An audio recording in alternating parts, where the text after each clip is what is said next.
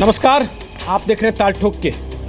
पाकिस्तान की सेना ने एक बार फिर बुजदिली दिखाई है। एक बार फिर पाकिस्तानी सेना की बॉर्डर एक्शन टीम ने भारतीय जवानों के शवों के साथ बर्बरता की। एक दिन पहले ही पाकिस्तान के army chief general Qamar Javed Bajwa line of control पर हाजीपीर सेक्टर का दौरा करके गए थे। कल वहां अपने सैनिकों के बीच जनरल बाजवा जहर उगल रहे थे। बाजवा ने कहा कि पाकिस्तान की सेना कश्मीरियों की आजादी के संघर्ष में साथ देती रहेगी और उसके अगले ही दिन पुंछ के कृष्णा घाटी सेक्टर में पाकिस्तानी सेना ने न सिर्फ युद्ध विराम तोड़ा बल्कि 2 सैनिकों के शवों के साथ बर्बरता भी की। आज सुबह 9 बजे के करीब पाकिस्तान के सैनिकों ने पहले फायरिंग की। इसके बाद फायरिंग की आड़ में पाकिस्तान की बॉर्डर एक्शन टीम के जवान लाइन ऑफ कंट्रोल के भीतर 200 मीटर तक दाखिल हुए। पाकिस्तानी सैनिकों ने 22 सिख बटालियन और बीएसएफ के एक जवान की हत्या के बाद उनके शवों को क्षत विक्षत कर दिया। सैनिकों के शवों के साथ ऐसी बर्बरता कोई नई बात नहीं है। पिछले 6 महीनों के दौरान 2 बार पाकिस्तान ऐसी घटिया हरकत कर चुका। अगर भारत ने पाकिस्तान की इस बुज़दिल हरकत का पहले ही जवाब दे दिया होता तो शायद आज ये नौबत ना आती। लेकिन पाकिस्तान पर एक बार सर्जिकल स्ट्राइक करके हम निश्चिंत होकर बैठ गए। हम शायद ये मान चुके कि सर्जिकल स्ट्राइक से बड़ी कार्रवाई नहीं हो सकती। दूसरी तरफ पाकिस्तान उस सर्जिकल स्ट्राइक के जवाब में कभी सेना के कैंप पर आतंकवादियों को हमला करने भेजता है तो कभी खुद अपने सैनिकों को जवानों के शवों के साथ बर्बरता करने के लिए उतारता है। अब देश के सामने बड़ा सवाल यह है, क्या सैनिकों के शवों के साथ बर्बरता देश पर हमला नहीं है? क्या पाकिस्तान का इलाज सिर्फ युद्ध से ही हो सकता है? और इससे भी बड़ा सवाल यह है कि भारत पाकिस्तान के खिलाफ कूटनीतिक स्तर पर कब और क्या कार्रवाई करेगा। हम आपको बता दें कि जी न्यूज ये मानता है अब वक्त आ चुका है कि देश जवानों की शहादत का अपमान करने वाले पाकिस्तान से बदला ले। इस देश के लोगों की मांग है कि पाकिस्तानी फौज की इस बर्बरता का मुंहतोड़ जवाब दिया जाना चाहिए। आप भी अगर इस कार्यक्रम के दौरान अपनी राय रखना चाहते हैं तो #बदला लो लिखकर अपने ट्वीट्स हमें भेज सकते हैं।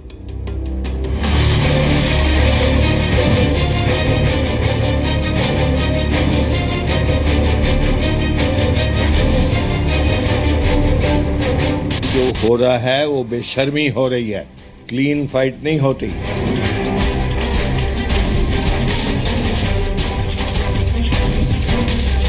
इसमें स्टैंड ऑफ फायर हुआ है from across and from the Roza and Battal posts of enemy post from Pakistan side. This was a cease fire violation जिसके तहत ये 2 लोगों की डेथ हुई है और एक कांस्टेबल जो हमारा इंजर्ड है बीएसएफ का।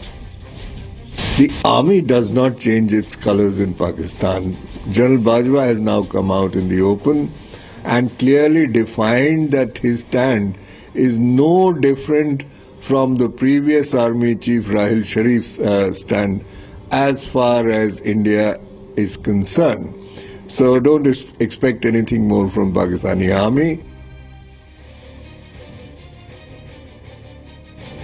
तो पाकिस्तान की आर्मी की आक्रमण के इंतज़ार में बैठे हैं ताकि जो हमारा अधूरा काम है वो हम पूरा कर सकें। पाकिस्तान का 4 टुकड़ा करना है, 2 टुकड़ा तो हो गया, 4 टुकड़ा करना है।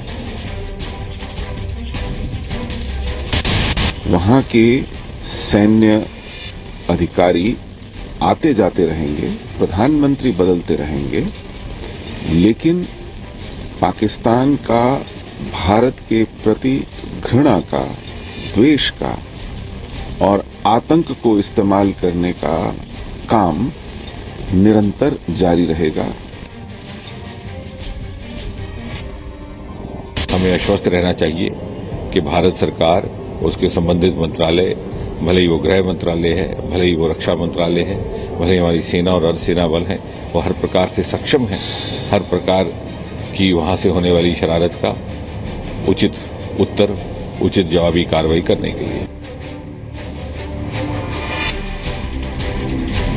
पाकिस्तान इस माफी की घटनाएं पहले भी कर चुका है क्योंकि हर बारी जो हमारी तरफ से रिस्पॉन्स था उस माफिक का नहीं था और उतना कड़ा नहीं था जो होना चाहिए। मैं पूछना चाहता हूँ, कहाँ गया वो 56 इंची सीना, कहाँ गया वो 56 इंची बयान कि अगर एक सर कटेगा तो हम 10 काट के लाएंगे। जहाँ तक सवाल है पाकिस्तान का, पाकिस्तान की नीयत कभी कश्मीर के मामले में साफ नहीं रही। ये मौका है कि दुनिया के सभी मुल्क इकट्ठा होकर पाकिस्तान को एक आतंकवादी देश घोषित करें, क्योंकि पाकिस्तान से पूरी मानवता को खतरा है। ताल ठोक के आज का पहला सवाल, बर्बरता का बदला कब लेगा हिंदुस्तान? दूसरा सवाल, पाकिस्तान की बुज़दिल एक्शन टीम पर सर्जिकल स्ट्राइक कब? तीसरा सवाल, क्या शहीदों का मान वापस लाएगा हिंदुस्तान? और ताल ठोक के आज का चौथा सवाल, क्या पाकिस्तान का इलाज युद्ध ही है? तो आपको बता दें कि हमारे साथ आज संबित पात्रा हैं, वो बीजेपी के राष्ट्रीय प्रवक्ता हैं। हमारे साथ डॉक्टर अजय कुमार हैं, वो कांग्रेस पार्टी के राष्ट्रीय प्रवक्ता हैं। हमारे साथ अवनीजेश अवस्थी हैं, जो कि आरएसएस से जुड़े विचारक हैं, दिल्ली यूनिवर्सिटी में एसोसिएट प्रोफेसर हैं। ब्रिगेडियर रिटायर्ड अमृत कपूर हमारे साथ होंगे, वो रक्षा विशेषज्ञ हैं। Lieutenant general retired BS Malik हमारे साथ होंगे, वो भी रक्षा विशेषज्ञ हैं। और डॉक्टर समीर कौल हमारे साथ हैं, वो नेशनल कॉन्फ्रेंस के मुख्य राष्ट्रीय प्रवक्ता हैं। और मेरे सहयोगी मनीष शुक्ला, जो रक्षा मामलों से जुड़ी रिपोर्टिंग करते हैं, वो इस समय दिल्ली से लाइव हमारे साथ मौजूद हैं। इससे पहले मनीष, मैं किसी भी और मेहमान के पास जाऊं, उनकी राजनीतिक विचारधारा से प्रेरित जवाब देश की जनता सुने। हम चाहते हैं आप पहले इस देश की जनता को बताएं कि जो 2 सैनिकों के साथ हुआ है वो किस हद तक था, क्या क्या हुआ है, और भारतीय सेना अब क्या कह रही है। देखिए, जो जानकारी दी गई है उसके मुताबिक ये है कि कल एक लोकल इंटेलिजेंस आया था, जिसमें एक आ गया कि जो हमारी वहाँ पोस्ट है कृष्णा घाटी में, उसके पार पाकिस्तानी सेना ने माइंस बिछाए हुए हैं। और 9 जवान, जिसमें बीएसएफ के भी जवान थे, वो पेट्रोलिंग करने गए, ये चेक करने गए कि वहाँ माइंस है कि नहीं। जिसके बाद आरपीजी और मोर्टार से पाकिस्तानी सेना ने वहाँ पर फायरिंग की। जब जवान शहीद हो गए तो उनकी बी हेडिंग की गई है, उनके सिर काटे गए हैं, ऐसी जानकारी दी जा रही है। और काफ़ी बर्बरता के साथ पाकिस्तानी सेना पेश आई, जिसमें कहा गया कि उनके जो बीएटी है, यानी उनकी जो सेना के साथ आतंकी मिल करके ये कार्रवाई को अंजाम देते हैं, उन्होंने किया। वो 200 मीटर हमारे सीमा के अंदर वो दाखिल हुए और उन्होंने इस कार्रवाई को अंजाम दिया है। जहाँ तक बात किया जाए जिससे जुड़े तमाम जो लोग हैं, हमने जी न्यूज़ पर भी पहले रिपोर्ट दिखाई थी कि जब सर्जिकल स्ट्राइक की गई थी, उसके बाद दोबारा 1 महीने के अंदर आतंकी लॉन्चिंग पैड पर वापस आ गए थे, कैम्प में आतंकी फिर से आ गए थे। और लगातार इनपुट दिए जा रहे थे कि पाकिस्तानी सेना की मदद से बड़ी संख्या में आतंकियों की घुसपैठ हो रही है। आपने भी लगातार ताल ठोक में कई ऐसे वीडियोस दिखाए जिसमें बड़ी संख्या में आतंकी जंगल में देखे गए। लेकिन उसके बावजूद जो एक्शन हो रहा है, सिर्फ बयानबाजी है, सिर्फ सिंबॉलिक एक्शन हो रहा है, क्योंकि जब तक आप कैंप को पूरी तरीके से ख़त्म नहीं करते, जो पीओके में कैंप है, तब तक की स्थिति वहाँ हमेशा आपको देखने को मिलेगी। हालांकि वहाँ पर अलर्ट, जितने पोस्ट हैं उनको अलर्ट कर दिया गया है। कहा गया है कि हो सकता है कि ऐसी एक्शन फिर से पाकिस्तानी सेना करे, और ये कहा जा रहा है कि भारतीय सेना भी बदला लेगी। लेकिन जो बदला है वो हम बहुत ही मिनिमम लेवल पर देख रहे हैं। यहाँ पर बड़े लेवल पर जब तक हम नहीं कोई कार्रवाई करते, ये स्थिति वैसी की वैसी बनी रहेगी। मनीष, मैं वापस आपके पास आऊँगा। संबित पात्रा, 2 मई 2013 सुबह 7:52 पर प्रधानमंत्री नहीं थे तब नरेंद्र मोदी, उन्होंने ट्वीट किया था, centre is unable to give a strong answer to Pakistan's inhuman acts, beheading of our soldiers and now Sarabjit's death are 2 recent examples। आज यही ट्वीट आपके लिए कर दिया जाए तो क्या फर्क आ जाएगा? सही बोल रहे हैं। ऐसा नहीं है कि कोई लोग ट्वीट नहीं करेंगे, जरूर हमारे ओपोनेंट जो है वो ट्वीट भी करेंगे, मगर शालीनता से जवाब देना और एक सख्त जवाब देना, ये प्रवक्ता के नाते हमारा भी काम है। आप देखिए, जहाँ तक कि क्या पाकिस्तान के खिलाफ हमने एक्शन नहीं लिया या किस प्रकार का एक्शन कॉन्टेम्पलेट करना चाहिए, देखिए ये जो एक्शन होता है ये लगातार इन कंटिन्यूम होता है। लगातार आप एक एस्केलेट करते जाते हैं एक्शन को, और आप भी मानेंगे इस बात को कि पाकिस्तान के खिलाफ जो कंसिस्टेंट नीति, ठोस नीति सरकार की रही है वो डे 1 से रही है। पहला हमने वर्ल्ड को दिखाया, पूरे इंटरनेशनल कम्युनिटी को दिखाया कि हम तो चाहते हैं शांति, इसलिए जब प्रधानमंत्री का ओथ टेकिंग सेरेमनी हुआ तब भी हमने उनको बुलाया, उसके बाद भी हमने हाथ बढ़ाए, मगर वो शांति नहीं चाहती है। इसलिए आप देखिए, पहली बार कुछ ऐसे स्टेप्स लिए गए कि जब उनके राष्ट्राध्यक्ष हिंदुस्तान आए, पहले वो लोग हुर्रियत, सेपरेटिस्ट इत्यादि से बातचीत करते थे, वहाँ हमने रेड लाइन लगाया कि आप ये कर नहीं सकते हैं।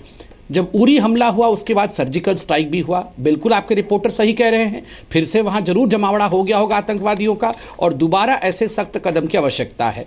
इन सब को ध्यान में रखते हुए कुछ चीज़ें ऐसे हैं जो हमारी सरकार लगातार अंदर खाते कर रही है। आप देखिए, इंटरनेशनली उनको सेग्रीगेट करना, सार्क कंट्रीज जहां पाकिस्तान में होने वाला था जो सार्क की मीटिंग, पहली बार इतिहास में ऐसा हुआ कि हम जितने भी विपक्ष में रहते गुस्सा आता है कि आपको सरकार में रह के गुस्सा नहीं आता? मगर मुझे शालीनता से जवाब, शालीनता अपनी तरफ होती है पात्रा जी। नहीं नहीं, मैं किसने कहा कि आप गुस्सा अगर आपको आ रहा है तो आप शालीन बने रहकर गुस्सा नहीं दिखा सकते? और आपसे बेहतर तो मैं नहीं जानता शायद उस चीज को, क्योंकि जितना नहीं, मैं गुस्सा गुस्से आपने में ही दिखाया बोल टीवी रहा चैनल्स की डिबेट्स में, नहीं, मैं गुस्सा गुस्से तो में किसी ही और ने बोल दिखाया रहा भी नहीं होगा आज तक। आज आपको गुस्सा भूल के शालीनता याद आ रही है सर? नहीं, मैं गुस्से में ही ना ऐसी बात आप क्यों, देखिए मैं गुस्सा हूं, मगर मैं गुस्सा दिखाने से ज्यादा जरूरी है कि जो फैक्ट्स है मैं यहाँ जनता के सामने रखूं। पात्रा जी, ये फैक्ट्स तो आप आए दिन रखते हैं, परसों भी तो रखे मुझे गए अपने थे, विषय को रखना नरसों भी है। रखे गए थे, उससे पिछले दिन भी रखे गए थे। जिस दिन हम कश्मीर पे चर्चा कर रहे हैं, घुसपैठ पे चर्चा कर रहे हैं, सीज फायर वॉल्यूशन पे चर्चा कर रहे हैं, आप हर दिन हमें बता रहे हैं कि कॉन्टिन्यूएशन में प्रोसेस चल रहा है। सर कॉन्टिन्यूएशन क्या होती है मैं आपको बताता हूं। अप्रैल 2016 एक बार सीज फायर वॉल्यूशन, मई 2016 2 बार सीज फायर वॉल्यूशन, जून 2016 10 बार सीज फायर वॉल्यूशन, जुलाई 2016 16 बार सीज फायर वॉल्यूशन, अगस्त 2016 8 बार सीज फायर वॉल्यूशन, सितंबर 2016 13 बार सीज फायर वॉल्यूशन, अक्टूबर 2016 78 बार सीज फायर वॉल्यूशन, नवंबर 2016 88 बार सीज फायर वॉल्यूशन, दिसंबर 2016 11 बार सीज फायर वॉल्यूशन, जनवरी 2017 8 बार सीज फायर वॉल्यूशन, फरवरी 2017 11 बार cease fire violation, मार्च 2017 22 बार cease fire violation. इसे कहते हैं continuity, उसे नहीं जो आप गिना रहे हैं। इस कंटिन्यूएशन में आपने जवाब दिए हैं क्या? रोहित जी आप ठीक कह रहे हैं ना, मैं बता रहा हूं। आप अगर पाकिस्तान के अखबारों को उठ के पढ़ेंगे, कुछ बातें यहाँ बताने लायक नहीं होती है, फिर भी मैं बता रहा हूँ। आप देखेंगे अगर उन्होंने यहाँ कैजुअल्टी किया है, हमने 1 गुना 2 गुना नहीं 3-4 गुना उनकी कैजुअल्टी की है। 10-10 20-20 लोगों को, जैसे कहते हैं कि वहाँ से गोली आती है तो हमारी यहाँ आर्मी जो है वो गोला भेजती है, वो गोली नहीं भेजती है। कभी भी पहली गोली हमारे तरफ से नहीं चलती है, मगर जवाबी कार्यवाही में कोई कमी नहीं रहती है। और आर्मी ने इस मसले में भी अपना स्टेटमेंट जारी किया है कि हम बदला लेंगे, रेट्रीब्यूटिव एक्शन लेंगे, वो समय और वो स्थान हमारा होगा। हमारी सरकार ने आर्मी को फ्री हैंड दिया है कि आप बिल्कुल बदला लीजिए, अपने तरीके से लीजिए, इसमें कोई इफ्स एंड बट्स नहीं है और सरकार से कुछ आज्ञा लेने की आवश्यकता नहीं है। और मुझे अपने आर्मी पे भरोसा है कि 2 जवानों का सर कलम किया गया है, उनको म्यूटिलेट किया गया है, तो उसके बदले में अगर हमने कहा है कि 10 सर आना चाहिए तो आर्मी 10 सर के 20 सर लेके जरूर आएगी। पात्रा जी 3 साल हो गए आपको,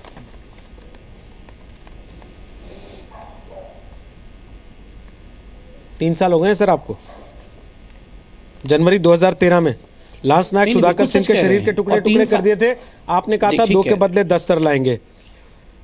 लांस नायक हेमराज के शव के साथ बर्बरता हुई, आपने कहा 2 के बदले 10 सर लाएंगे। माछिल सेक्टर में मनदीप सिंह के शव के साथ बर्बरता हुई, आपने कहा 1 के बदले 10 सर लाएंगे। माछिल सेक्टर में एक जवान के और शव को नवंबर 2016 में क्षत विक्षत किया गया, आपने कहा 2 के बदले 10 सर लाएंगे। उनका काम चालू है, आपके बयान चालू है।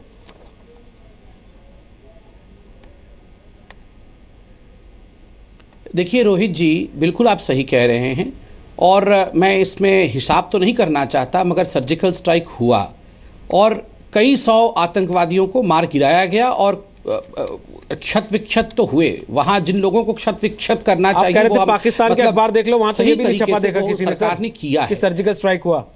अभी आप कह रहे थे पाकिस्तान के अखबार उठा के ना पाकिस्तान के नहीं, पाकिस्तान के अखबारों में तो जो हमारे यहाँ से जो गोला जाता है उसके बाद जो क्षति होती है वो रोज छपता है कि 10 को मार दिया। वो इंटरनेशनल कम्युनिटी में कंप्लेन भी करता रहता है। जहाँ तक सर्जिकल स्ट्राइक का सवाल है, भले ही हमारे देश में लोग उसके लिए एविडेंस या सबूत मांग रहे हो, मगर पाकिस्तान में तो आप देखिए कॉन्ट्ररी बयान दिया नवाज शरीफ ने और उनके आर्मी के चीफ ने, दोनों ने कॉन्ट्ररी बयान दिया और उसी से साबित हो गया कि सर्जिकल स्ट्राइक हुआ था।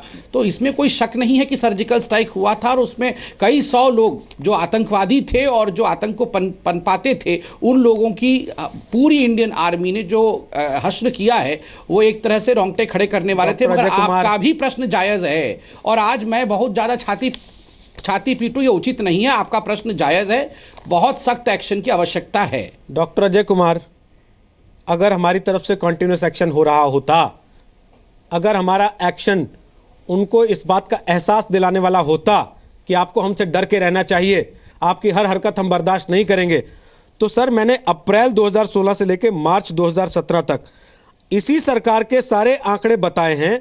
449 सीज फायर वॉल्यूशन हुए अकेले जम्मू कश्मीर में, जिसमें 228 एलओसी पर है, 221 इंटरनेशनल बॉर्डर पर हैं। खाक डरा पाए हम उनको सर?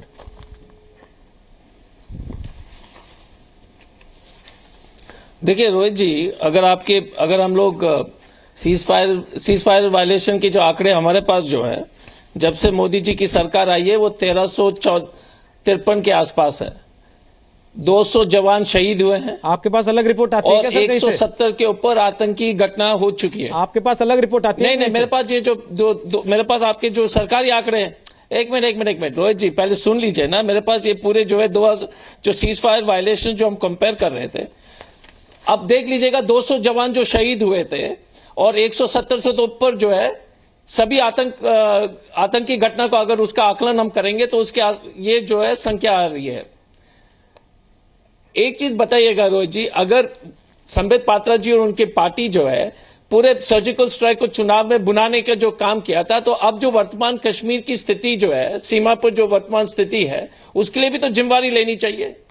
स्मृति ईरानी जी तो चूड़ियां बेच रही थी, तो स्मृति ईरानी जी अभी कम से कम आप इनके सरकार के जितने भी मंत्रीगण है, रक्षा मंत्री से सभी लोग को जो है वो कार्रवाई करेंगे क्या? आप बताइएगा कि चीन, रूस, अमेरिका, तीनों देश जो है उनके किसी तरह से जो है पाकिस्तान के ऊपर जो दबाव जो है वो बंद हो गई है।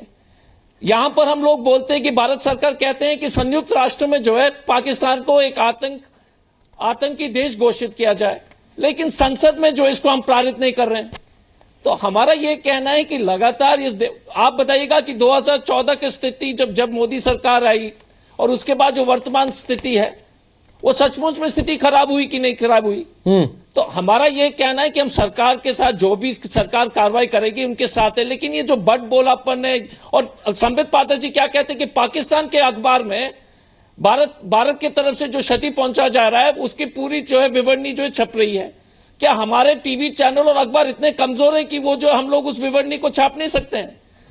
तो अगर आप जो है जनता के सामने ऐसे ऐसे बातें करेंगे, अगर ये वर्तमान स्थिति, आप बताइएगा 2014 में 65% लोग वोट डाले थे, अब जो है 7% आ गई है।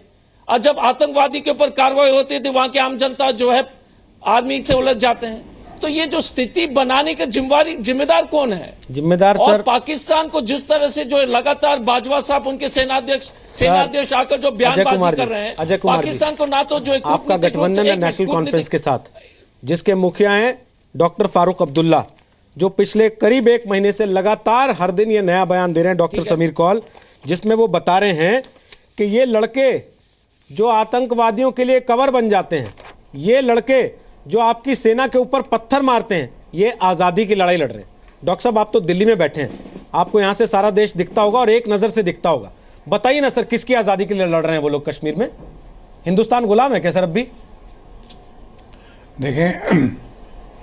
देखें, बात ऐसी है, आप अगर मेरे से सिर्फ फारूक अब्दुल्ला के बयान की सफाई चाहते हैं तो मैं आपसे एक सिंपल सवाल पूछता हूं कि भाई, उन्होंने जो स्टेटमेंट दिया कि जो लड़के पत्थर मार रहे हैं उनको आज़ादी चाहिए, क्या ये एक गलत स्टेटमेंट है? सर, किससे आज़ादी क्या चाहिए? इस स्टेटमेंट से वो इस चीज को सपोर्ट कर रहे हैं? नहीं। क्या वो इस चीज को न कंडेम कर रहे हैं न सपोर्ट कर रहे हैं, लेकिन एक इस देश को एक सही बात बता रहे हैं कि जो ये स्टोन पेल्टर है, ये 500 रुपए के लिए पत्थर नहीं मार रहा जैसे आप लोग समझते हो। इसको आजादी चाहिए, it is a statement. Sir, किससे आजादी चाहिए ये तो बता देना आप। वो अलग बात है। हम किससे आजादी चाहिए? उनको भारत से आजादी चाहिए, भारत सरकार से आजादी चाहिए। देखें, इस्लाम के नाम पे उनको देश चाहिए, जैसा वहां पे आज नारे लग रहे हैं आईएसआईएस का झंडा लहराते हुए। नहीं। देखिए, अगर वैसा होता तो अगर आपको मैं याद दिलाऊं, जब से हिंदुस्तान और पाकिस्तान की लड़ाई चल रही है, लगभग 1947 से है, उस वक्त उसमें फारूक शेख अब्दुल्ला और नेशनल कॉन्फ्रेंस का एक बड़ा प्राइमरी रोल था। कश्मीर अगर आज हिंदुस्तान के साथ है तो मैं आपको बड़ा ओपनली और सच ये बात कह रहा हूं, उसमें नेशनल कॉन्फ्रेंस और मुस्लिम कॉन्फ्रेंस का एक बहुत बड़ा रोल था। सर, नेशनल कॉन्फ्रेंस बाद में बनी कांग्रेस का मुखौटा बनाने के लिए। मैं ऐसा हुआ मुस्लिम कॉन्फ्रेंस का सर, इट वाज नहीं, मुस्लिम कॉन्फ्रेंस नहीं होती तो शेख अब्दुल्ला को जेल नहीं होती। मुस्लिम कॉन्फ्रेंस को कश्मीरी पंडित जी सुनिए, मुस्लिम कॉन्फ्रेंस को कश्मीरी पंडित समुदाय की रिक्वेस्ट पे नेशनल कॉन्फ्रेंस का रूप धारण करना पड़ा। वो वक्त सेक्युलरिज्म का था, उस वक्त वो पार्टी का सेक्युलरिज्म था कि शेख अब्दुल्ला साहब ने कई मुस्लिम्स उसमें नाराज हुए, लेकिन क्योंकि कश्मीरी पंडित लीडर उस वक्त जियालाल किलम जैसे, कश्यप बंधु जैसे, रघुनाथ वैष्णवी जैसे लोग थे जिन्होंने कहा कि हम भी इस रीजनल फोर्स के साथ रहना चाहते हैं, लेकिन मुस्लिम कॉन्फ्रेंस नहीं चलेगा, इसको नेशनल कॉन्फ्रेंस बनना पड़ेगा। तो वैसा ही हुआ। हम और नेशनल कॉन्फ्रेंस का उस वक्त डॉक्टर साहब संप्रदाय जिस समय आप मुझे ये बात बता रहे हैं और नेशनल कॉन्फ्रेंस का इतिहास क्या है, मेजर रोल रहा। डॉक्टर साहब आप जब मुझे नेशनल कॉन्फ्रेंस का इतिहास बता रहे हैं ना सर, मैंने भी हिस्ट्री पढ़ी है सर, जब आप मुझे नेशनल कॉन्फ्रेंस का इतिहास बता रहे हैं ना सर, ठीक उस समय कुलगाम में एक बैंक कैश वैन को लूटने के लिए आतंकवादियों ने 5 पुलिस वालों की हत्या कर दी सर। कुल मिला के 7 लोग वहां पे मारे गए हैं। आपकी पार्टी लाशों पर राजनीति करना चाहती है सर, लाशों वाला कश्मीर चाहती है और लाशों की आजादी चाहती है सर वहां पे। ये आपकी गलत बयानी है। मैं आपको वार्न कर लूं, आप गलत बयानी कर रहे हैं। अच्छा, जो फारूक अब्दुल्ला बोलते हैं वो सही है, हम बोले वो गलत है। फारूक अब्दुल्ला बोलते हैं लड़कों को आजादी चाहिए, वो सही है। हमसे ज्यादा पीड़ित कौन है? वार्निंग आप लोगों को मिलनी चाहिए, आप हमें वार्निंग देते हैं उल्टे। जवानों का खून गिरता है, हम आपको बोल रहे हैं कि हमारे को प्रोटेक्ट कीजिए, आप प्रोटेक्ट नहीं कर पा रहे, करिए। अमृत कपूर, क्या हिंदुस्तान प्रोटेक्शन नहीं दे पा रहा? हम थोड़ी क्या, और आप हमको उल्टा इल्जाम लगा रहे हैं। इनको ज्यादा ही प्रोटेक्शन दे रखी है मेरे हिसाब से। जितने भी इनके सेल्फ स्टाइल्ड लीडर्स हैं JNK के नेशनल कॉन्फ्रेंस के अंदर और दूसरी भी कई एक पार्टियों में, इनकी जो और दूसरे जो हुर्रियत हैं उनके कुछ एक लीडर्स, इनको जितनी सिक्योरिटी गवर्नमेंट दे रही है, डू दे रियली डिजर्व? ये जो कह रहे हैं डॉक्टर साहब कि जी हमको सिक्योरिटी दें, इससे ज़्यादा और क्या सिक्योरिटी आपको चाहिए? अगर आप कहते हो कि आप इनके लीडर हैं, वहाँ के मैसेज के लीडर हैं, तो आपको सिक्योरिटी किस लिए चाहिए? फिर आपको प्रोटेक्शन देने के लिए आपको सिक्योरिटी आपका जो सिक्योरिटी मिलनी चाहिए आपको अपना समुदाय है उससे मिलनी चाहिए। हाँ जी, आप उसको पॉलिटिसाइज कर रहे हैं। नहीं, मैं तो फौजी आदमी हूं, मैं पॉलिटिसाइज करने का मतलब ही कोई नहीं। हम भी अपना एनालिसिस करते हैं। हमने ये देखा है कि आप लोगों को इतनी सिक्योरिटी दी गई है, किसी को Z दी गई है, किसी को Z+, इतने फोर्सेस इन्वॉल्व हैं, 6000 फोर्सेस इन्वॉल्व हैं सिर्फ सिक्योरिटी को देने के लिए, और फिर आप कहते हो कि आपको सिक्योरिटी नहीं है। तो ये तो बहुत आपका गलत बयान है कि आपको सिक्योरिटी नहीं प्रोवाइड की जा रही। जितनी मेरे ख्याल सिक्योरिटी, ये हिंदुस्तान एक ऐसी कंट्री है जहां पर कि जो कि देशद्रोही ताकतें हैं उनको सिक्योरिटी दी जाती है। सर, लेकिन सवाल यह है, डॉक्टर कौल तो चलिए दिल्ली में बैठे हुए हैं, डॉक्टर कौल तो दिल्ली में रह के पक्ष रख रहे हैं। पॉलिटिशियन की सिक्योरिटी नहीं बात कर रहा सर, एक एवरेज सर, वो पॉलिटिशियन की सिक्योरिटी की बात नहीं कर रहे, वो हुर्रियत वालों की सिक्योरिटी की बात कर रहे हैं, जिनको आपके नेता कवर फायर देते हैं, जिनके लिए वो पत्थर चलाते हैं। सर, एवरेज कश्मीरी, या तो आप बोल दीजिए हर कोई कश्मीरी पाकिस्तानी है, बात खत्म। ये आप बोल रहे हैं, हमारे लिए तो हर एक कश्मीरी। ये आप लोग साबित करना चाहते हैं सर, ये आप लोग साबित करना चाहते हैं, ऐसा लगता है वैसे ही होता है। जब आप लोग कहते हैं कि ये लड़के जो पत्थर चला रहे हैं आजादी चाहते हैं, आप लोग पाकिस्तानी साबित करना चाहते हैं उनको, ऐसा लगता है आपकी पार्टी की बातों से? नहीं, ये एक ऐसी सिचुएशन लाना चाहते हैं कि इनको ये सिक्योरिटी मिली जाए और ये इंपॉर्टेंस में रहे, इनको प्रोटेक्शन मिलती रहे, इनको फाइनेंशियल सपोर्ट मिलती रहे, और ये अपना मजे करते रहे। और क्योंकि आइए, आप ओपन आइए उसके अंदर, ओपन उसके अंदर क्यों नहीं आने देते? जब आपने पत्थर वालों के पीछे जाकर आप चुप-चुप काम करते हो। जब आपने सब कुछ तय कर लिया है तो फिर हमसे बात करने की जरूरत क्या है? नहीं, कौल साहब, मेरे को सिर्फ इतना बता दीजिए। जवाब भी, सवाल भी, जूरी भी, सब कुछ आप ही लोग हो। ये आपका ना बहुत, डॉक्टर साहब, ये आपका बहुत पुराना डायलॉग है। हम लोग परेशान हैं। जितने भी आपके कश्मीरी लीडर, ये बहुत पुराना डायलॉग है। आप लोग कुछ चीज सुनने के लिए तैयार नहीं है। जो आपको सच बताया जाता है वो आपको चुभता है। अब सच ये है कि आपने एक प्रोटेक्शन का किया है। हम लोग जितनी प्रोटेक्शन JNK के अंदर दे रहे हैं, शायद वो दुनिया में कहीं नहीं दी जाती। और आप कह रहे हैं कि हम प्रोटेक्शन नहीं दे रहे, हम सिविलियंस को भी दे रहे हैं, मैसेज को भी दे रहे हैं। एक चीज और आप बोल लीजिए, आप हमारे बॉर्डर एरिया के रेजिडेंट्स का हाल देख रहे हैं। जो हमारे बॉर्डर एरिया के जिम्मेवार कौन है? उसके लिए जिम्मेवार आप हैं कि उनकी जिंदगी के साथ किस किस्म का खिलवाड़ हो रहा है। इतने सालों से हम आपसे कह रहे हैं, मेहरबानी करके पाकिस्तान के साथ में जो भी आपने फैसले समझ आता कि आपको पाकिस्तान वाले क्या दे देंगे, क्या फालतू दे देंगे जो आपको हिंदुस्तान में नहीं मिल रहा।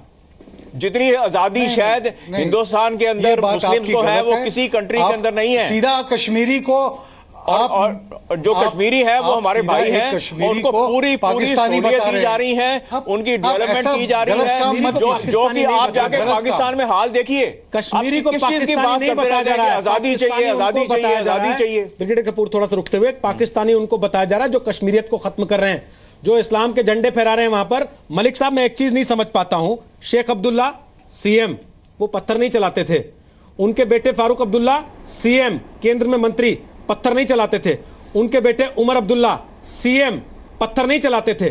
फिर ये पत्थर फेंकने वालों की पैरवी क्यों करते हैं इस तरीके से? और इनकी पैरवी से क्या उन लोगों के हौसले बुलंद नहीं होते जो आतंकवादियों के लिए काम करते हैं वहां पे, और फिर ये कहते हैं आप हर कश्मीरी को पाकिस्तानी कैसे कह सकते हैं?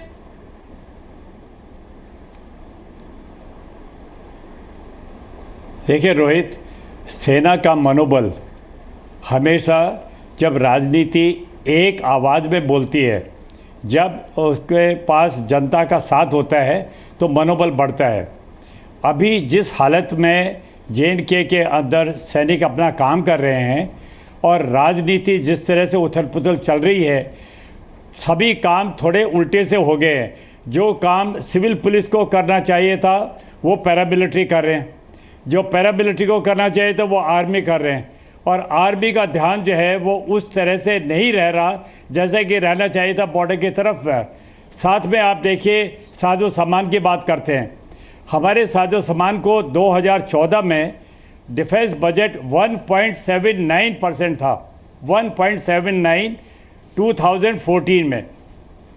अभी जो बजट पास हुआ है उसमें ये घट के 1.63 आ गया है, और ये जो आ गया है इसमें 10 साल से ऊपर जो कमी रही है सेना में, रसद में, सामान में, उसको पूरा करने के लिए डिफेंस बजट बढ़ना चाहिए कि घटना चाहिए? ये जरूर है कि इस सरकार ने काफ़ी ध्यान देने की कोशिश की है। वो OROP का सवाल आ जाता है, ये समय नहीं है उसको देने का, लेकिन अभी क्या हो रहा है कि रसद में जो सामान किया जाता है वो रह गया है बहुत ऊपर और मॉडर्नाइजेशन रह गया बहुत कम।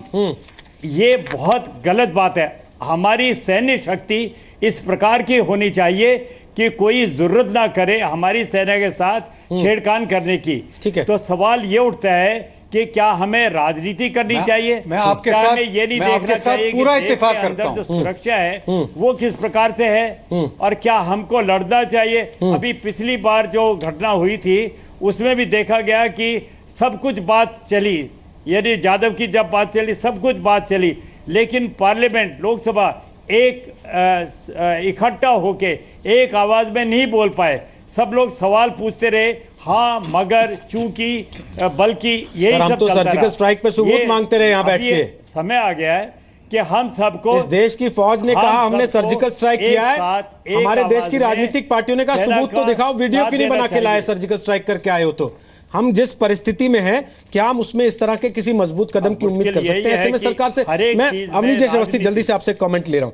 कौल साहब कह रहे हैं कि हर कश्मीरी को पाकिस्तानी बता देना चाहते हैं। सर, लद्दाख के लोगों की तो राय किसी ने पूछी नहीं अभी तक, जम्मू के लोगों की तो राय किसी ने पूछी नहीं अभी तक, और जो लोग ISIS के झंडे लेके ठहराते हैं, वहां पर फहराते हैं, जो लोग आतंकवादियों के जनाजों में शामिल होते हैं, जो लोग आतंकवाद की पैरवी करते हैं, जो लोग अपने बच्चों को आतंकवादियों के लिए कवर फायर की तरह पत्थरबाजों के आगे उतारते हैं, वही टीवी डिबेट्स में बैठते हैं, वही सारा नैरेटिव डिसाइड करते हैं, और फिर उसके बाद वही विक्टिम भी प्ले करते हैं। रोहित जी, आपका गुस्सा तो बहुत जायज़ है और हम सब लोग बहुत गुस्से में। दोपहर को एक खबर आई और शाम तक क्या हालत होगी, कल तक इसका कोई अंदाजा नहीं है। लेकिन ये सच है कि वहां पर ISIS के नहीं, पाकिस्तान के झंडे भी लहराए जाते हैं। क्या कहेंगे उसके बारे में समीर कौल? उनको गोलियों से उड़ा देना चाहिए कि नहीं उड़ा देना चाहिए? उनको भी आज़ादी चाहिए? कहेंगे उनको? सेना पर जो पत्थर फेंकते हैं उनके साथ क्या सलूक किया जाना चाहिए? मिसक्रिएंट्स सेना पर जो पत्थर फेंकते हैं उनके साथ क्या सलूक किया जाना चाहिए? आप बताइए ना, आज आप बताइए, सेना पर पत्थर फेंकने वालों के साथ क्या सलूक किया जाना चाहिए? चिल्लाने से मैं चिल्लाएंगे, मैं तो आपसे सवाल पूछ रहा हूं। चिल्लाएंगे तो अरे मैं चिल्ला के क्या कर लूंगा? तमीज से बात करेंगे समीर जी, मैं चिल्ला के क्या कर लूंगा? पैलेट गन चलाई थी तो पूरे देश में हंगामा मचाया था ना। करेंगे तो मैं जान भी दे दूंगा। भारतीय सेना ने जितना रेस्ट्रेंट दिखाया है, बोलूंगा जितना रेस्ट्रेंट दिखाया है भारतीय सेना ने जितना रेस्ट्रेंट दिखाया है वो अद्भुत रूप से प्रशंसनीय है। इस सब के बावजूद प्रशंसनीय है। इस देश में अजय कुमार जैसे लोग जो हैं, जो आज कहते हैं कि पाकिस्तान के अखबारों की बात क्या कर रहे हैं, यहाँ की क्यों नहीं करते? अरे भारतीय मीडिया ने जब अजय जी आपकी बात में करना नहीं चाहता, आप चाहें तो दिग्विजय सिंह के बयान आज देख लें क्या ट्वीट किया उन्होंने। अजय जी मैं आपसे बात नहीं करना चाहता। अजय जी दिग्विजय सिंह डॉक्टर समीर कौल को कवर फायर देने आए हैं। मैं आपको बता देता हूं, डॉक्टर समीर कौल को कवर फायर देने आए हैं। आपको बता देता हूं, मनीषा जी अय्यर जाकर के पाकिस्तान के चरणों में पड़ जाते हैं। अजय कुमार प्लीज एक मिनट रुक जाइए। डॉक्टर अजय कुमार चिल्लाने से नहीं होगा। डॉक्टर अजय कुमार चिल्लाने से नहीं होगा प्लीज। डॉक्टर अजय कुमार चिल्लाने से नहीं होगा प्लीज। आप प्लीज चिल्लाना बंद करें पहले। आप प्लीज चिल्लाना बंद कर दें पहले। डॉक्टर साहब प्लीज चिल्लाना बंद कर दें प्लीज। प्लीज डॉक्टर साहब, डॉक्टर अजय कुमार प्लीज आप चिल्लाना बंद कर दें पहले प्लीज। प्लीज आप चिल्लाना बंद कर दें। आप बाद में सबूत मांगिएगा और फिर कहिएगा कि दिग्विजय सिंह ने लिखा, वो मेरी राय नहीं है, पार्टी की राय नहीं है, राहुल गांधी की राय नहीं है, वो तो निजी राय लेके चलते हैं। प्लीज आप रुक जाइए। संबित पात्रा मैं आपके पास आ रहा हूं प्लीज। डॉक्टर साहब जब आपसे सवाल पूछा जाएगा तब बोल दीजिएगा और आप हाथ उठा सकते हैं जब आपको बीच में कमेंट करना हो। मैं आपके पास आ जाऊंगा। संबित पात्रा कब तक आप कड़ी निंदा करके लोगों को टरकाते रहेंगे? आपने कहा कि साहब हम तो जल संधि तोड़ देंगे, सिंधु का पानी नहीं जाने देंगे, प्यासे मार देंगे पाकिस्तानियों को। पूरा पानी जा रहा है सर। आपने कोई चर्चा भी नहीं की उस पर, कोई आपने ग्रुप नहीं बनाया जो बैठकर डिस्कशंस करता हो, आपने कोई ऐसा मैसेज नहीं दिया इंटरनेशनल कम्युनिटी को जो लोगों को यह बताता हो कि भारत इस हद तक जा सकता है। क्या आपने बताइए? मोस्ट फेवर्ड नेशन का दर्जा वापस लेने के लिए आपने कोई चर्चा शुरू की? आपने नहीं की। आपकी संसद के अंदर एक सदस्य ने इंडिविजुअल बिल रखा लाके, प्राइवेट मेंबर बिल, कि इस देश को आतंकवादी देश घोषित कर दो। आप अमेरिका से परमिशन का इंतजार कर रहे हैं कि इस पर चर्चा कर ले सर कि नहीं करें? देखिए रोहित जी, मैं आपको बताऊं, इसमें कुछ जो टेक्निकल विषय आपने पूछा, चाहे मोस्ट फेवर्ड नेशन के बारे में पूछा, बार बार हमसे पूछा जाता है, मैं इसका टेक्निकल जवाब देता हूं। सर सबको टेक्निकल है तो चुनाव की रैलियों में क्यों बोलते हैं? भारत ने अब नहीं पता तो आपको टेक्निकल है ये? नहीं सुनिए, नहीं सुन तो लीजिए। चुनाव वाला भी सुन लीजिए। मैं चुनाव वाला ही बोलता हूं। टेक्निकल इशू है? नो बिल्कुल नहीं।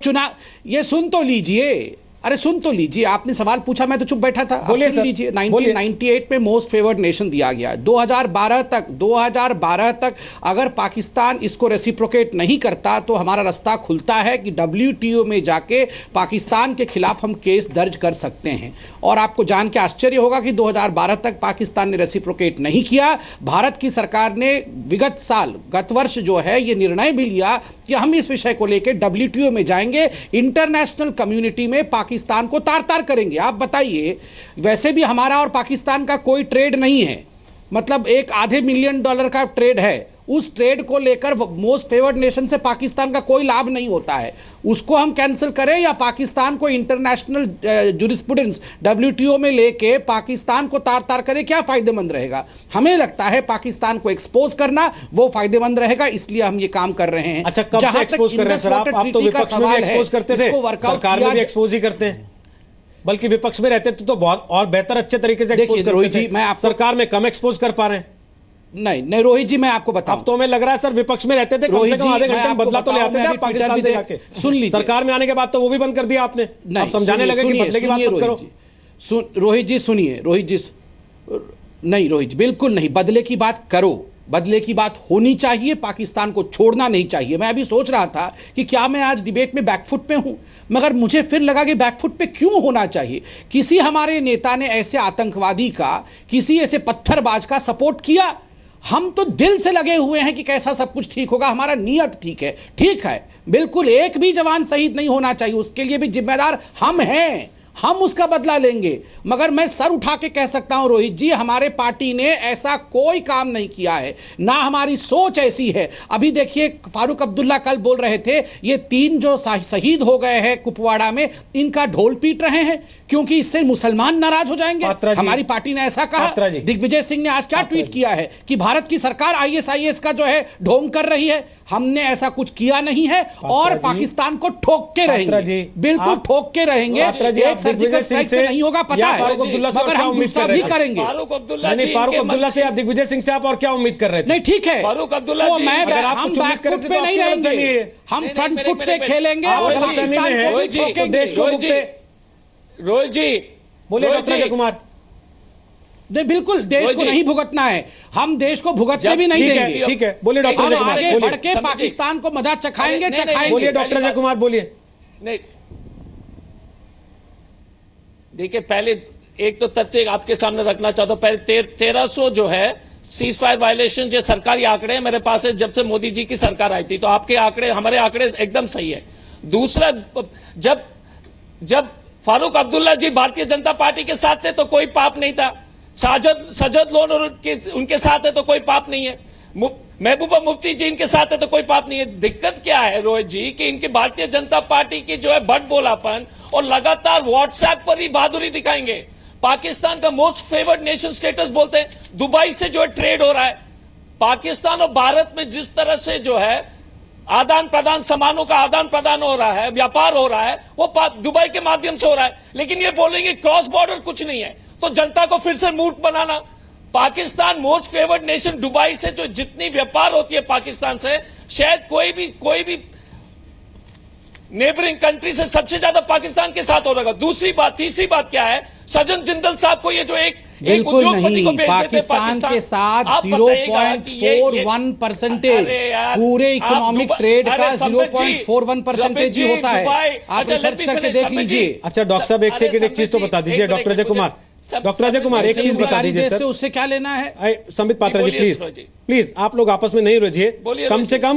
कम से कम आपके जवानों के सर काट के ले गए, उतनी शर्म कीजिए कि एक दूसरे के साथ तो दिखाई दीजिए, भले ही साथ ना होते हो आप लोग दिल से। कम से कम उनके परिवारों को यह तो भरोसा दे दीजिए कि आप लोग उनकी लाशों पर राजनीति नहीं होने देंगे। इतना तो आपस में प्यार भाईचारा दिखाइए। डॉक्टर अजय कुमार, आपकी सरकार रही इतने समय से, 1998 से 2012 संबित पात्रा कह रहे हैं, आपने क्यों नहीं ले लिया सर मोस्ट फेवर्ड नेशन का दर्जा वापस? आप भी तो क्रिकेट खिलाते रहे सर, जियारतें कराते रहे सर, उनको भाईचारा निभाने के लिए आपने कौन सी कसरें छोड़ दी सर? अमन की आशा चलाते रहे सर आप लोग, उनकी गजलों के संग्रह रिलीज कराते रहे, किताबें रिलीज कराते रहे यहां पे सर। एक चीज बताइएगा कि रोहित जी 2002 के बाद लगातार 2014 तक स्थिति सुधरी कि नहीं सुधरी थी? आप बताइएगा कि हमले कम 2008 के बाद जिस तरह से हमले कम हो रहे थे। अच्छा, पाकिस्तान डर के बैठ गया था 2002 से 2014 तक, है ना सर? हमारा कोई जवान नहीं मारा गया 2002 से 2014 तक। पाकिस्तान ने कोई, सर आपने सरकार इसलिए गवाई क्योंकि 2 लोग के सिर काट के ले गए वो, और नरेंद्र मोदी ने नारा दिया कि 2 के बदले 10 सिर लाएंगे। कुछ तो याद रखिए डॉक्टर साहब, भूल गए आप इस बात को? हेमराज का सिर काट के ले गए, सुधाकर का सिर काट के ले गए थे। रोहित जी, आप कह रहे हैं कुछ नहीं हुआ हमारे 12 साल में? अरे बोलने दीजिए ना बॉस, अगर आप पूछ रहे हैं तो बोलने दीजिए, पहले सुन लीजिए। तो आप बोल रहे हैं हमको सीख दे रहे हैं, आप कह रहे स्थिति अच्छी हो गई थी, पार्टी को बोले देश के साथ साथ में रहना चाहिए, सीख तो इनको दीजिए। आप लोग एक दूसरे को टोपी पहनाते रहिए, इस देश के सैनिक मरते रहेंगे ऐसे ही। स्मृति ईरानी ने, आप लोग यहाँ ऐसी स्टूडियोज में बैठ के केवल भाषण दीजिए और फौजी मरता रहे वहां पर, बच्चे उसके अनाथ हो जाएं। आप लोग केवल टीवी पे अपनी पीठ तपाइए। आप सुनिए, अरे आप भी तो टीवी में बोल रहे हैं ना, तो आप भी सुनिए। पहले स्मृति ईरानी जी जो चूड़ियां बेच रही थी, किसको भेजेंगे आप? पहले ये बताइए। आप बोल रहे हैं कि भारतीय जनता पार्टी को जो है देश को एक साथ रहना चाहिए। जब प्रधानमंत्री मनमोहन जी थे तो इन्होंने इनकी बयानबाजी सुन लीजिए। हम अभी भी कहते हैं इनके साथ है, पाकिस्तान के खिलाफ साथ है। लेकिन दिक्कत क्या है रोहित जी की आप बताइएगा कि जिस तरह से सरकार बोल रही है बड़े बड़े बातें, उससे आतंकवादी घटनाएं कम हुई कि नहीं? ज्यादा जवान शहीद हुए कि नहीं? ये आंकड़े की बात है। 1300 जो है सीज फायर वायलेशन हुए कि नहीं? तो देश को आज सुरक्षित कौन बना रहा है? आप बताइए, कम से कम ईमानदारी से ये बोलिए कि पिछले 2.5 साल में देश असुरक्षित ज्यादा हुआ है कि नहीं हुआ है? आप बोलिए रोहित जी, मैं आपके माध्यम से सिर्फ एक सवाल पूछना चाहता हूं। यहाँ जितने लोग बैठे हैं, इंक्लूडिंग अजय कुमार और समीर कौल, कि सेना पर पत्थर फेंकने वालों के साथ क्या सलूक किया जाना चाहिए? कम से कम हम यहाँ पर बैठ करके इस बहस में तो एक मत हो सकते हैं कि जो व्यक्ति सेना के इतने ज्यादा रेस्ट्रेंट के बावजूद, अजय कुमार जी बिल्कुल स्पष्ट बोलिए, कड़ी कार्रवाई कीजिए। अवस्थी जी, जवाब मिल गया है, कड़ी कार्रवाई कीजिए। क्या कड़ी कार्रवाई? पैलेट गन के बारे में आपका क्या था? आप क्या कर रहे हैं? हम कड़ी कार्रवाई तो कर रहे हैं, आपकी सरकार है, शर्म होनी चाहिए। आप आरएसएस के होते हुए आप कुछ नहीं कर रहे, बोलते सेना कहती है हमने सर्जिकल स्ट्राइक किया, संजय निरुपम कहते हैं सबूत लाओ, होर्डिंग लगवा देते हैं सर उसके, फिर आप लोग छुपाते फिरते हैं मुंह अपना कि संजय निरुपम ने पर्सनली लगवा दिया, हमारी पार्टी ने नहीं लगवाया। इधर जैसे ही पैलेट गन चलती है, गुलाम नबी आजाद संसद में कहते हैं पैलेट गन चलाओगे तो अलगाववाद बढ़ जाएगा कश्मीर के अंदर, लोग और सड़कों पे उतर आएंगे। सर आप लोग किसके साथ हैं? आप लोग हिंदुस्तान के साथ हैं या आप लोग पाकिस्तान के साथ हैं? मणिशंकर अय्यर पाकिस्तान में जाके बोलते हैं सर कि मोदी को हटा दीजिए, हम बेहतर कर देंगे हिंदुस्तान के साथ आपके संबंध। सर आप लोग किसके लिए बैटिंग कर रहे हैं? तो रोहित जी एक चीज मैं बता, एक चीज ये आप इस देश की सबसे पुरानी पार्टी है सर। नहीं, पहली बात यह है कि हमको कम से एक पहले बात रोहित जी, पहले सीख मत दीजिए देशभक्ति का, पहले सुन लीजिए। कांग्रेस के जितने लोग नहीं, पहले जितने कांग्रेस के लोग ने जो देश के जो है देश के लिए रॉयल्टी नहीं है। 70 साल राज ये कब तक ये करते रहोगे? ये कब तक? वो कांग्रेस नहीं है, ये कांग्रेस। आप मणिशंकर अय्यर का जवाब दो, गुलाम नबी आजाद का जवाब दो। आप ये मत बताओ 130 साल पहले क्या किया था। गुलाम नबी आजाद दो, मणिशंकर अय्यर का जवाब दो, इसका जवाब दो आप। तो एक चीज बताइए कि डॉक्टर अजय कुमार और रणदीप सुरजेवाला और सभी कांग्रेस के वरिष्ठ नेतागण हैं, उन्होंने क्या कहा था? बहुत बढ़िया, ये सब बड़े नेता हो गए आपके आज। सेना की जो राजनीति वो जो मर्जी कहते रहे जाकर कवर फायर के लिए छोटा नेता उतारो, उसके बाद कवर अप करने के लिए बड़े नेता को उतार दो। ये अच्छा तरीका है सर आप लोगों का। आपको कोई फर्क नहीं पड़ता, कोई जवान मरता है, उसके घर वाले संजय निरुपम को देखते हैं तो उन्हें कैसा महसूस होता है? उन्हें इंतजार करना चाहिए कि डॉक्टर अजय कुमार टीवी पे कब आएंगे, वो मरहम लगाएंगे। संजय निरुपम भले नमक मिर्च डाल रहे हैं उनकी लाश पे। एक मिनट रोहित जी, यही करना चाहिए ना सर? रोहित जी इंतजार करना चाहिए ना डॉक्टर अजय कुमार के आने का।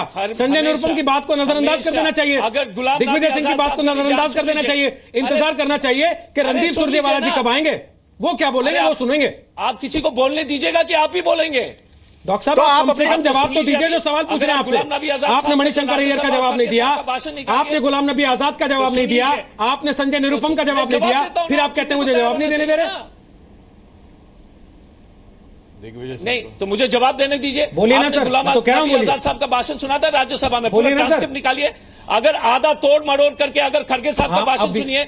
अरे आप यहाँ बोल दीजिए, ठीक है सर, जो पत्थर फेंकते उड़ा दो उनको। ठीक है सर, जब आप लोग इसी बात पे उतर आए कि नहीं हमारा वो नेता को, उस नेता को सुनिए, इसको नहीं सुनिए, इसका सुना तो इसका तोड़ मरोड़ के सुना था, तो सर हमने जेएनयू में भी जो देखा वो झूठी देखा था सर। हमारी आंखों पे पट्टी बंधी है सर, कैमरे झूठ देखते हैं सर। राहुल गांधी वहां नहीं बैठे थे सर, प्लीज। जेएनयू में नारा लगाने वालों की पैरवी करने आपकी पार्टी नहीं उतरी थी सर। गलती हुई सर, सबसे गलती हुई। इस देश के लोग अकल के अंधे हो गए सर, प्लीज सर।